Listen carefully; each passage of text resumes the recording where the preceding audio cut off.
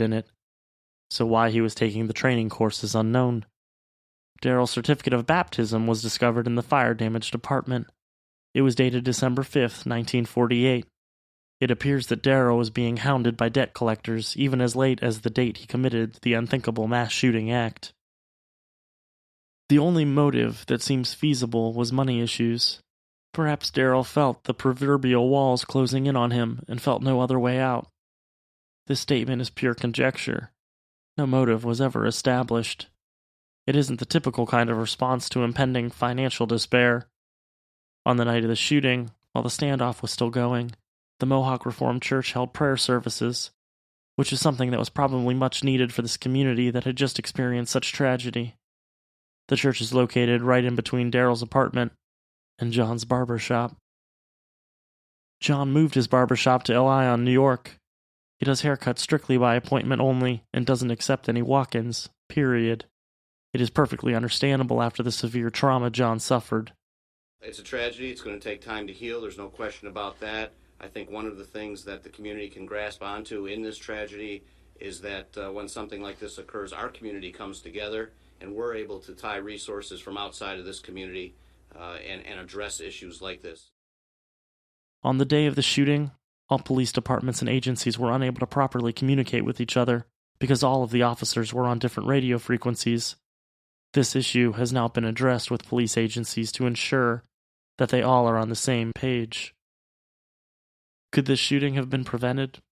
This particular individual doesn't exhibit any real concerning or problematic traits. He was quiet and kept to himself, but so do many others who do not go on a rampage methodically, yet inexplicably killing a handful of innocent people. Humans that never stood a chance, for they weren't faced by a wolf in sheep's clothing. This killing is almost more dangerous for its utter lack of reason, motive, or sense.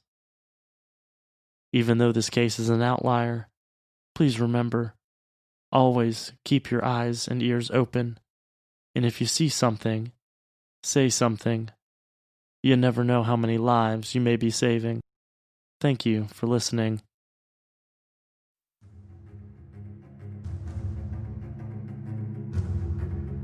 Thank you for listening to today's episode of Active Shooter, the podcast. Remember, if you see something, say something.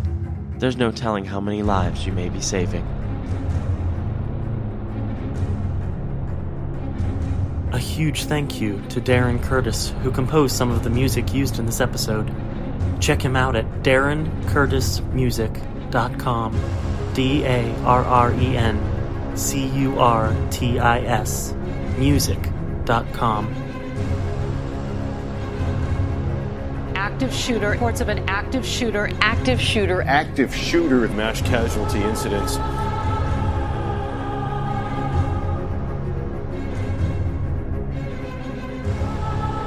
Make sure to check us out on social media. We have a discussion group on Facebook. Just search for Active Shooter, the podcast discussion group. You can also find us on Instagram at Active the Podcast and Twitter at Podcast Active. For just $1 a month, you can get access to ad-free episodes, early release episodes when available, and a shout-out on the show.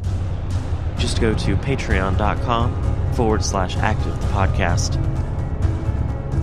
Thank you, and be safe.